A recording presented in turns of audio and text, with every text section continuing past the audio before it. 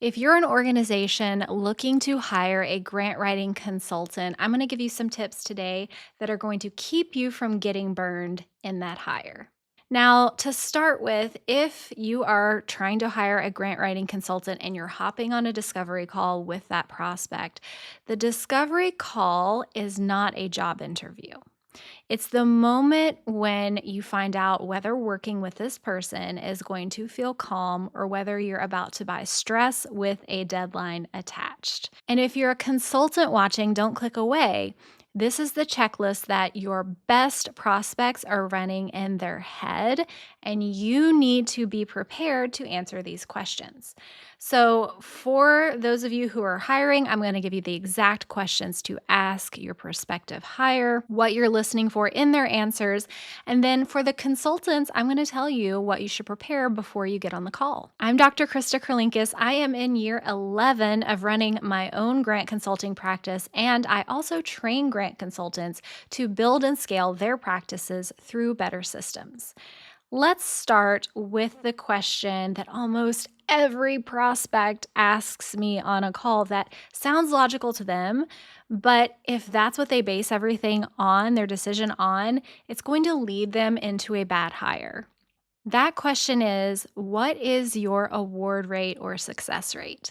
And I know it feels like you're asking for a clean, objective number, but what you're really going to get in response to that question, if you get a number at all, is an arbitrary number that has almost nothing to do with what will happen when you work together. So, first of all, some consultants in this number are only going to count submissions that they do with long term retainer clients because they've guided the strategy there.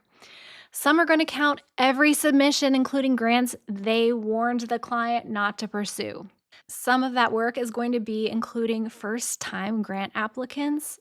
So that's not really a fair assessment for the consultant because they're just helping people get into grant funding. And of course, they're going to have higher rejection rates. And some work with organizations that are already so well established with strong programs, data, and funder relationships. So that's going to increase their award rate. Some consultants are intentionally brought in when everything is on fire and the deadline is in 7 days. Some are applying for highly competitive grants that make awards to only 1% of applicants. So none of these things are objective and they're not comparable. Even if the number was just calculating everything they've ever done and it was done honestly, it still doesn't answer your real question, which is, will this consultant have a clear, smooth process and make smart decisions with all of the inputs that we provide? So ask them instead about deliverables, intake, timelines, and even how they handle late materials. That is going to tell you far more than a vanity percentage ever will. And if you're the consultant hearing this question on a discovery call, try not to get defensive and try not to give a slippery non answer. Instead, name it, explain it, and give them something better to hold on to. So here's a simple way to handle it.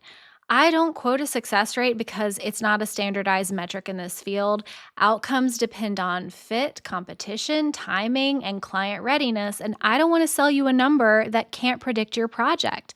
What I can do is show you how I run the work and share a couple of examples of outcomes for clients that are similar to you. Then you pivot into the proof that actually matters. So, a short case study that shares the context, goal, and outcome for a client like them, the method you used, intake, scope, milestones, feedback, what the client had to own, inputs and deadlines, of course, and then what you do when inputs are late, so your policy. This is going to keep you honest, it's going to keep the client oriented, and it turns a really bad question into a better buying decision. Now, for those of you who are hiring, most prospective clients will also ask some version of, have you worked with an organization exactly like ours before? And I totally get why you ask that. You're trying to reduce risk. But exact match is a weak predictor of whether the engagement goes well.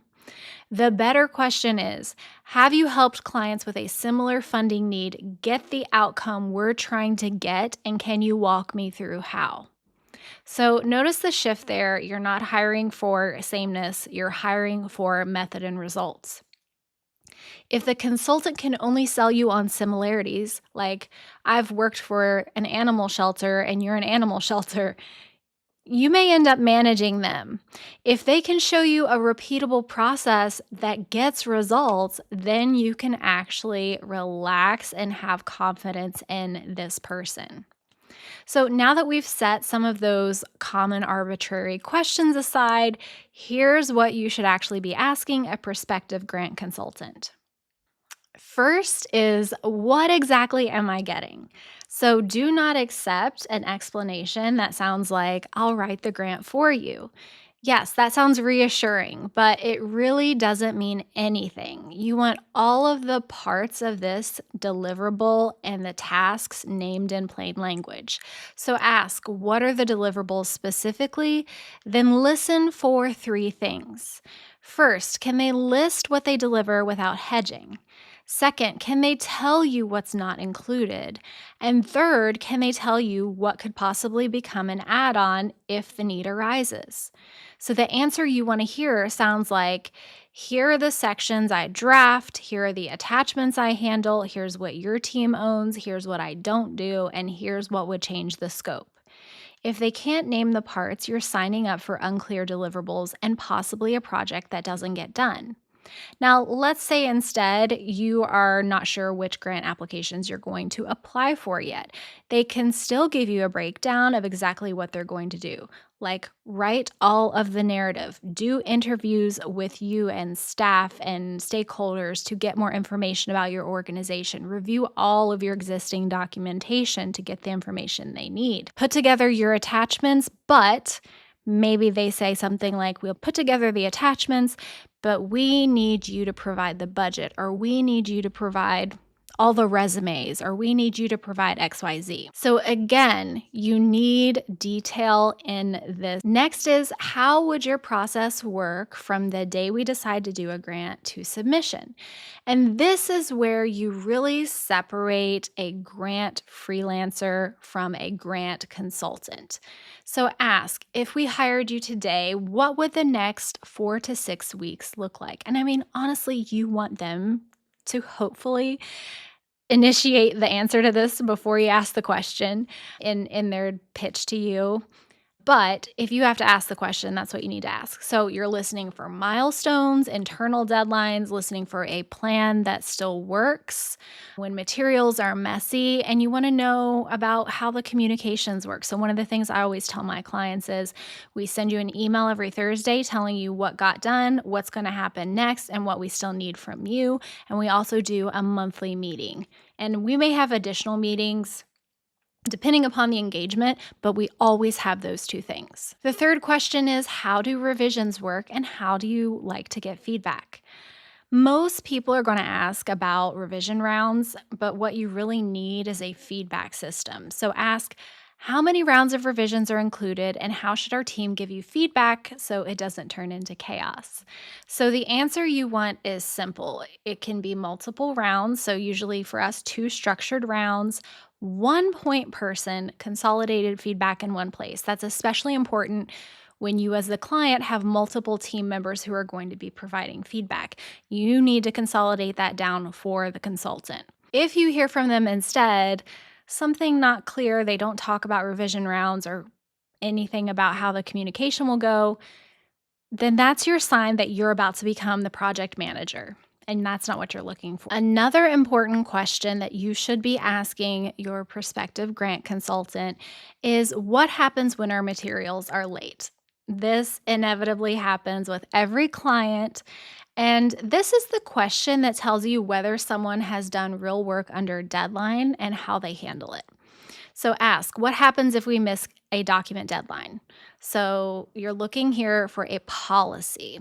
The answer should sound like, if materials are late, we either move the timeline, adjust the timeline, narrow the scope, or convert to a rush fee.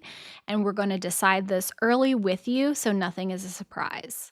And if they don't have a clear answer, again, you just unearthed a future problem. Next is what is not included in your fee? And this question, I don't think I've ever gotten. And I wish I did because it would protect you from hiring someone who is trying to be everything to everyone. So ask it directly, then pay attention to how they respond. So do they say, "Oh, I can do just about anything if involves writing or grants?" Or do they draw boundaries calmly, stick to what they say in their service descriptions, or do they get vague and slippery? Boundaries are not a red flag for you as the client. Boundaries are what are going to keep a grant project from turning into a slow motion disaster. They're going to actually preserve your relationship with this consultant and make the delivery process so much clearer and smoother. Now, kind of going back to something we mentioned earlier, another question you can ask is what kind of experience do you have that's relevant to what we're doing? And relevant here does not mean they did it in the exact same geographic area with an organization with the same mission, same everything. Relevant means they can talk clearly about the funder types that they've worked with. So you can ask, what kind of funders do you write for most, and what do those funders care about? And if the consultant can translate that, then you're in good hands. If they can only list very vague projects that they've worked on, then you're still going to be guessing. Now, if you're the consultant, of course, you are going to prepare for everything I just told you about. So, if you want to sign these good fit clients without over explaining yourself, have these elements ready before the call. One, a clear service description with a deliverables list. Let's say you have three main services or packages. You should have a bullet point list of everything that's in them. Also, a simple timeline with milestones for a typical engagement for those types of services. Of course, a revision and feedback policy, a late materials policy, and then one sentence that encapsulates what you do, right? Kind of like your elevator pitch. And then one or two really tight case studies. You don't need to drone on for minutes about these that show a client example, an outcome, the before and after that kind of tells the story of how you got to that outcome and the specific methods that you used, which of course should align to what you expect that client to need for their service engagement. And that is what is going to make a client feel safe in your hands. Okay, we just walked through the exact checklist nonprofits use before they hire or should be using. And now you know which questions reveal whether a consultant has a real practice or a collection of one off projects. Now, if you're a nonprofit or an organization looking to hire, take this checklist into your next discovery call. The consultants who answer these questions clearly and confidently are the ones you want to hire. If you're a consultant, every question on this list is one your best clients are already asking in their heads. If any of them gave you pause, that is your next script to build. So, download the free Grant Consultants Pricing Playbook. The link is in the description box. And tell me in the comments which of those questions do you wish you had asked a consultant, or do you wish clients had asked you before engaging with you? If you got something out of this video, I hope you will like, subscribe, and share this with your other favorite grant writer. See you next time.